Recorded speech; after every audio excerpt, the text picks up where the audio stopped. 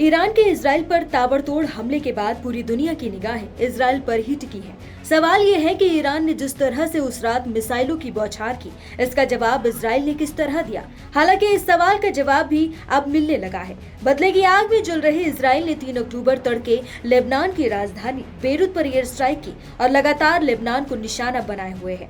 इससे वहां लोगों की जानें जा रही हैं। इस बीच गाजा में एक बार फिर से किए गए हमले से मध्य अमेरिकी देश निकारागुआ ने नाराजगी जाहिर करते हुए इजराइल से रिश्ता तोड़ने का ऐलान कर दिया है। इस वीडियो में जानिए 10 बड़े पॉइंट्स की कैसे हिजबुल्लाह अब इजराइल को एक बड़ी चेतावनी दे रहा है और अभी तक लेबनान पर हुए हमले से कैसा है वहां का मंजर।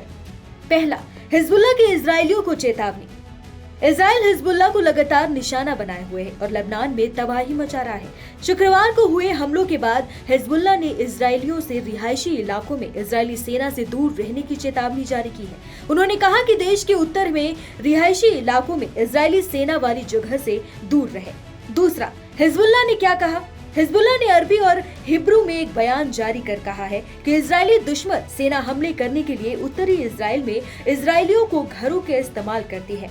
उसका कहना है कि हाइफा, तिब्रियास, एकर जैसे कब्जे वाले मुख्य शहरों के रिहायशी क्षेत्रों में उसके सैन्य अड्डे हैं। लेबनानी समूह ने इजरायलियों को उनकी जान बचाने के लिए इन सैन्य अड्डों के जमावड़ों के पास न जाने की चेतावनी दी है। तीसरा, लेबनान में तबाही का मंजर। लेबनान में इजराइल के हमलों में अब तक 1200 से ज्यादा लोगों की मौत हो चुकी है और करीब 10 लाख लोगों को अपने घरों को छोड़कर दूसरी जगहों पर शरण लेने के लिए जाना पड़ा। इजराइल ने अब लेबनान में जमीनी हमले भी शुरू कर दिए हैं। शुक्रवार को किए गए हमले में 22 से ज्यादा लोगों की मौत हो गई और 117 लोग घायल हो गए। चौथा, ईरान पर हमले की योजना। इजराइल ईरान पर भी जल्द हमला कर सकता है। वो 180 मिसाइलों का जवाब देने के लिए योजना बना रहा है। दोनों देशों के संघर्ष पर नजर रखने वालों का अनुमान है कि इजराइल ईरान के सैन्य ठिकानों को निशाना बना सकता है।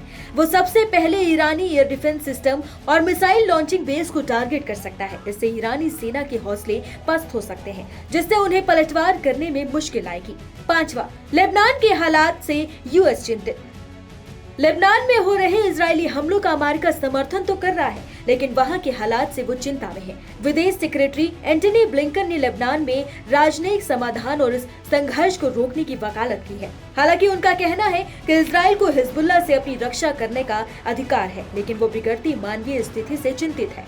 छठा, निकारागुआ ने इजराइल से रिश्ता तोड़ा। इजराइल ने शुक्रवार को गाजा पर एक बार फिर से हमला कर दिया था। शरणार्थी शिविर में किए गए इस हमले में 27 लोगों की मौत हो गई।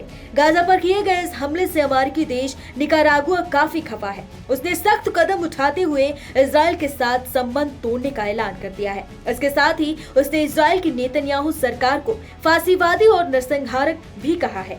सातवां, डैनियल ऑर्टेगा पर संबंध खत्म। निकारागुआ के उपराष्ट्रपति रोसारियो मुरिलो ने कहा है कि फिलिस्तीनी आतंकवादी गुट हमास के साथ इजराइल के पिछले 1 साल से जारी युद्ध के कट्टर आलोचक रहे वामपंथी राष्ट्रपति डैनियल ऑर्टेगा ने फिलिस्तीनी क्षेत्रों पर यहूदी देश के बाद रिश्ते तोड़ने का आदेश दिया है।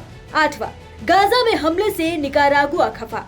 निकारागुआ का इजराइल के साथ रिश्ते तोड़ने का यह कदम निश्चित रूप से प्रतीकात्मक है, जिसमें इजराइल और मध्य अमेरिकी देश के बीच के संबंधों के बीच की खटास सामने आ गई है। ईरान पर हमले के बीच एक बार फिर से गाजा के शरणार्थी शिविर पर हमले के बाद से निकारागुआ में नाराजगी है, इसलिए वो इजराइल के साथ रिश्ते बनाए रखने के पक्ष में अब नहीं है।